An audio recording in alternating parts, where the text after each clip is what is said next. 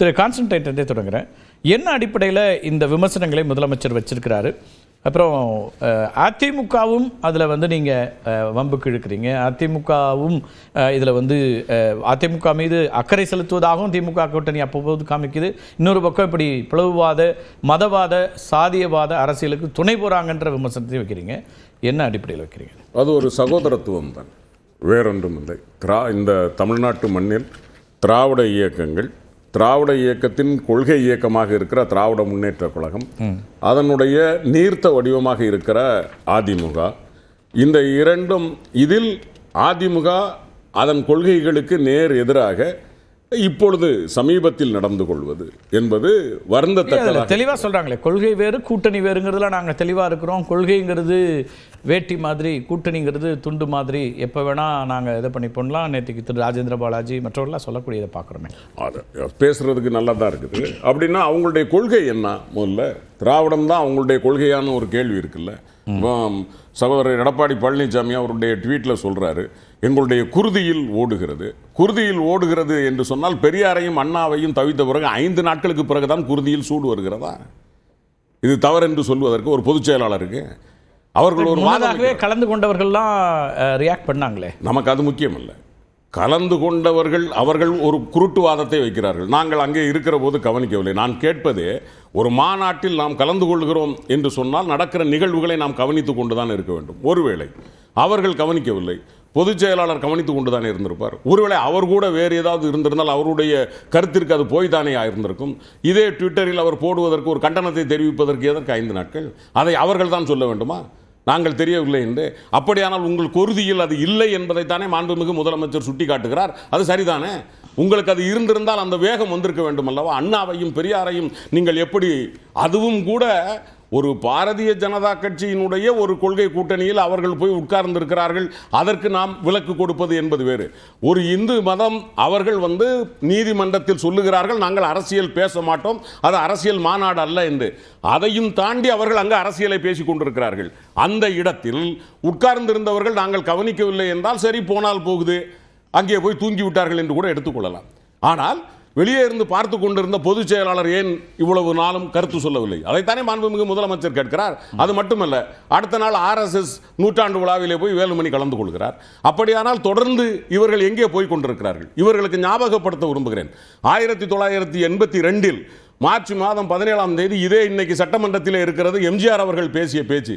இதே RSS, இதே இயக்கங்கள் என்ன செய்து கொண்டிருக்கின்றன என்பது மட்டுமல்ல, இவர்களுக்கு ஆலோசனை வழங்கக்கூடிய இந்து மத தலைவர்களுக்குமே அவர் அறிவுரை சொல்லியிருக்கிறாரா இல்லையா? டெல்லியிலே நான் போயிருந்தேன்.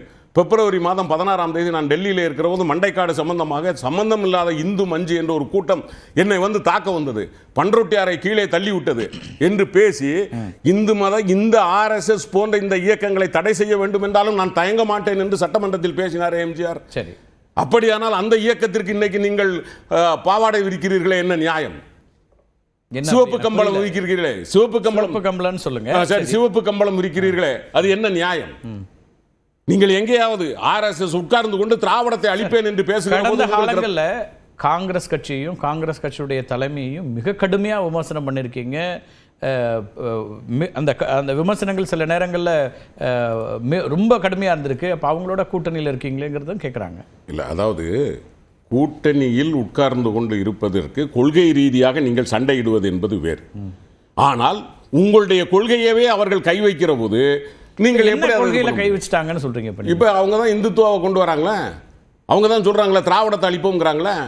திராவிடத்தை அழிப்போம் சொன்னதுக்கு பிறகு அதற்கு என்ன அர்த்தம்? இங்க சனாதனத்தை நாங்க நிலைநிறுத்துவோம். திராவிடத்தை அழிப்போம்னு இந்து முன்னணி சொல்லுது, பாஜக என்ன சொல்லுது? பாஜகவுக்கு இந்து முன்னணிக்கு என்ன வித்தியாசம் கேட்கிறேன். இத்தனை கூட்டம் அங்கிருந்து எங்க இருந்து எப்படி வந்தது?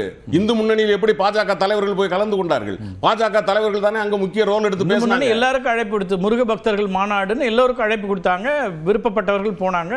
இல்ல திரு எடப்பாடி பழனிசாமி வாழ்த்து சொன்னாரு, பாமக எல்லாம் நிறைய பேர் வாழ்த்து சொல்லி. முருக பக்தர்கள் அதிமுகவிலையும் பாஜகவிலையும் மட்டும்தான் தமிழ்நாட்டில் இருக்காங்களான்னு கேட்கிறேன் நான்.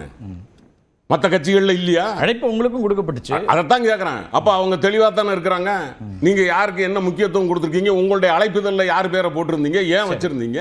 அப்படியானால் இது முழுக்க முழுக்க ஒரு அரசியல் மாநாடு. அது முருகன் பெயரால், அதாவது நம்ம பாஜக மாநாடுன்னு சொன்னா தமிழ்நாட்டுக்காரன் வரமாட்டான்.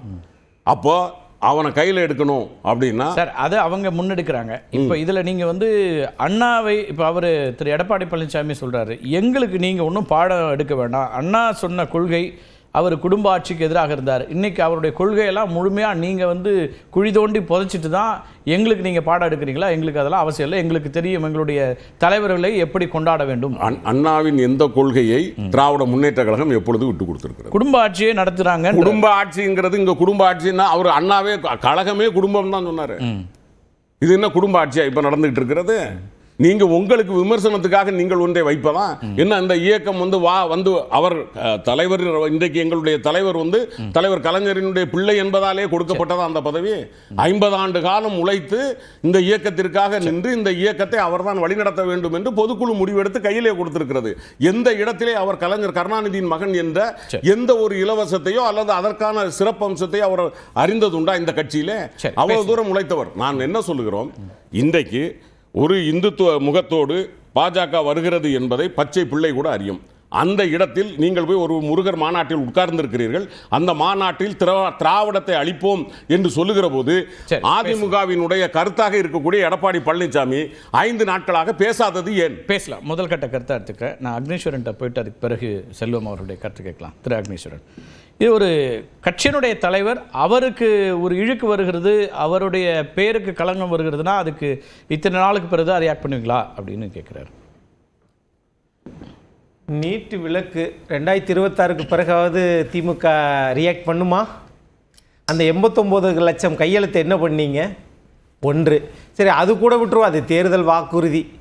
அதையும் தாண்டி 1956 மதுரை மீனாட்சி அம்மன் கோயிலில் ஐயா பசுமன் முத்துராமலிங்க தேவருக்கும் பேரறிஞர் பெருந்தகை அண்ணாவிற்கும் வாக்குவாதம் வந்தது என்று அன்றைய பாஜகவினுடைய தலைவர் சொன்னதற்கு திமுகவினுடைய தலைவர் இன்று வரை பேசவில்லையே. ஏன் வந்த குருதி உங்களிடத்தில் இல்லையா? ஏன்? அண்ணா வளர்த்த கட்சி அண்ணா பல்கலைக்கழகத்தில் கூட பிரச்சனை வரலாம், அதை கூட நீங்க வந்து இது பண்ணிட்டீங்க, அதை விட்டுருங்க. ஆனால் இதுவரைக்கும் திமுகவினுடைய தலைவரும் மாண்புமிகு தமிழ்நாட்டின் முதலமைச்சரும் அதை பத்தி பேசவே இல்லையே. ஏன்? 2 3வது, இங்க எந்த இடத்திலையுமே நாங்கள் அதை பற்றி விட்டு கொடுக்க வேண்டிய அவசியம் இல்லை, அப்படி பண்ணவும் பண்ண மாட்டாங்க, அப்படிதான் மாண்புமிகு எதிர்க்கட்சி தலைவர் சொல்றாரு. இதுல சித்தாந்தம் தேவை, ஆனால் அதை விட ஆளுகிற கட்சி சீர்திருத்தம் அப்படின்னு பார்க்குற போது என்னத்தை நம்ம சீர்திருத்தம் பண்ணியிருக்கிறோம்? தமிழ்நாட்டை பொறுத்தல 5 ஆண்டுகள் ஆயிடுச்சே ஊரக உள்ளாட்சித்துறை தேர்தல், ஏன் நம்ம நடத்தலை? சரி, சென்னையில் நாம் 2 ஆவடி கொண்டு வந்தோம், இது கொண்டு வந்தோம், தாம்பரம் கொண்டு வந்தோம், ஆனால் ஒரு 4-5 கவுன்சிலர்கள் இறந்துட்டாங்க, ஆனால் இன்னும் வரைக்கும் நம்ம தேர்தல் நடத்தாமல் இருக்கிறோம். ஏன்? ஆக சித்தாந்தம் தேவை, அதை விட சீர்திருத்தம் ரொம்ப ரொம்ப தேவை. சித்தாந்தம் தானே அது கட்சியினுடைய அடிப்படை சித்தாந்தம், ஆட்சியினுடைய அடிப்படை சித்தாந்தம் தானே இருக்க முடியும். நான் இன்னொன்னு சொல்றேன் சார், நம்ம எப்பயுமே ஒரு பக்கமாவே பார்த்துட்டு இருக்கிறதுனால சில சிக்கல் வந்துருதுன்னு நினைக்கிறேன். தமிழ்நாட்டை பொறுத்தளவில் பேரறிஞர் பெருந்தகை அண்ணா, தந்தை பெரியார் தமிழ்நாட்டு மக்களுக்கு வளர்ச்சியை, எழுத்து சீர்திருத்தத்தை கொண்டு வந்தார். ஆட்சியில் இல்லை என்றாலும் தந்தை பெரியார். உடனே அடுத்து அது மட்டுமே 1952 நீங்க முதல்ல பண்டிதர் நேருவே ஏற்றுக்கொள்ளுகிற அளவிற்கு முதல் சட்ட திருத்தம் பாராளுமன்றத்தில் அப்படியெல்லாம் கொண்டு வந்தாங்க.